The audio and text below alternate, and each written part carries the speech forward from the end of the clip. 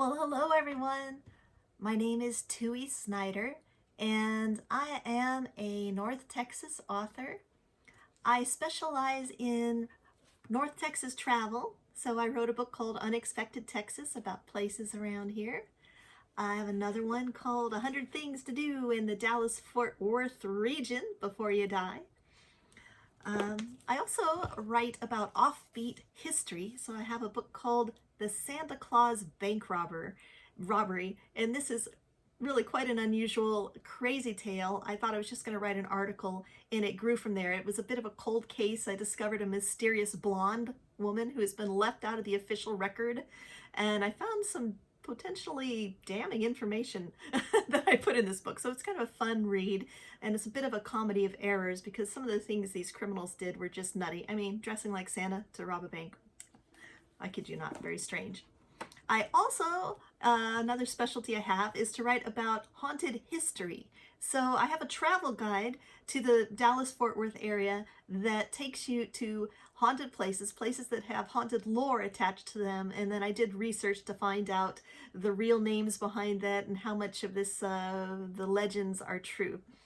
I have another book that you can use all over the world, really. You don't have to be in Texas to use this one. This is called Understanding Cemetery Symbols. And this book will explain, it's all in the title there, explains what all these different symbols mean when you see them on your ancestors' headstones. We've forgotten a lot of those meanings, actually.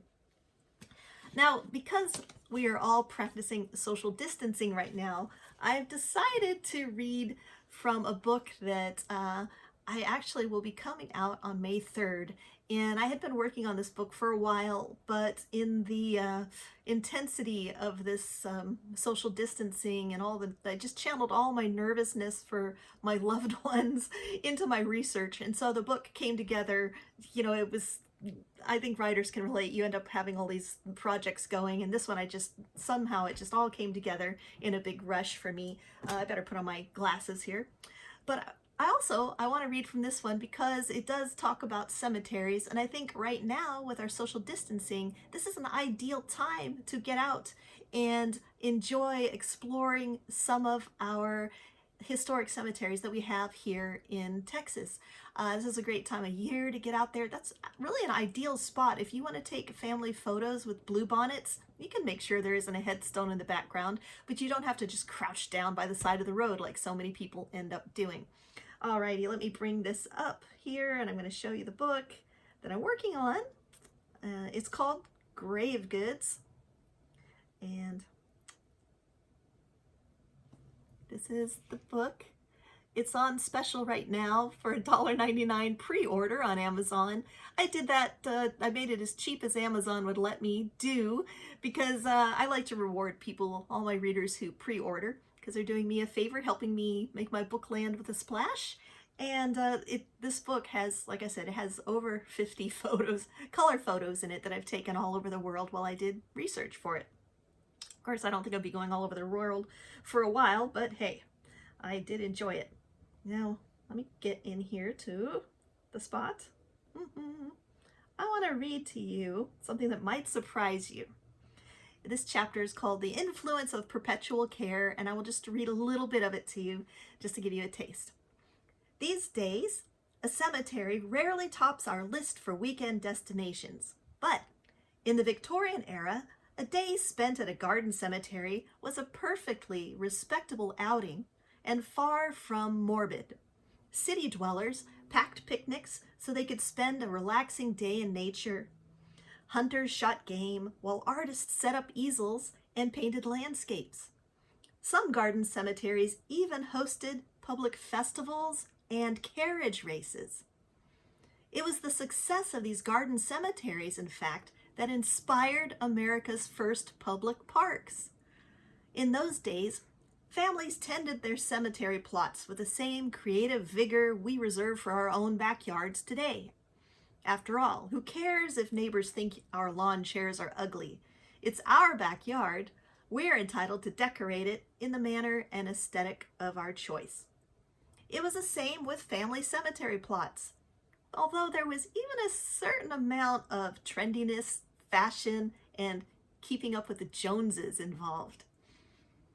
Just like many backyards, family plots were often marked with fences and planted with decorative flowers and shrubs.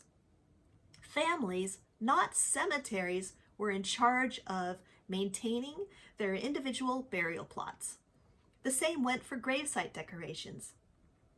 Throughout the 19th century, annual cemetery cleanup days called Decoration Day or Homecoming were the norm, especially in rural cemeteries.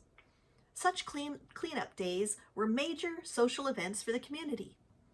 These were festive gatherings with picnics, prayers, and even games and frivolity for children and adults. In this way, the maintenance and upkeep of the community cemetery allowed people to maintain social ties with the living while also paying respect to the dead. During the Great Depression, however, things changed. Many families became geographically scattered as people sought work anywhere they could get it. Increasingly, people were not able to return home to maintain their family plots. Even today, I sometimes see information about events posted by the cemetery gates or outbuildings. Especially here in Texas, I'll see decoration days and things like that. But generally, over the past 100 years, annual cemetery cleanup parties have become the exception rather than the rule. And that's just part of my new book, Grave Goods, but I do go into in great depth and explanation for what different things mean that you see at cemeteries, such as, you'll see stones, seashells, pebbles, toys. What does that mean when you see that at a historic cemetery or even a modern cemetery? And as I said, it has 50 color photos. So that is that. I want to thank you. I'm excited to see everybody else's books. They're at this virtual book fair. It's just so much fun that we're doing this. And I want to once again thanks the Dallas Public Library for inviting me. Oh, and I forgot to say, I do give virtual cemetery tours right now on YouTube. And you can also just go to my website, tuisnider.com, because throughout April, I'm blogging my way from A to Z. So there's a letter, a blog post to go with each letter. So I have one about why do saints and angels have bare feet, for instance. What are grave houses? What's the symbolism? What does IHS mean? Just different things like that. So it's been a lot of fun, and I'm just plugging away at that. And I look forward to meeting you guys online and making some new friends. Thanks again. Bye-bye.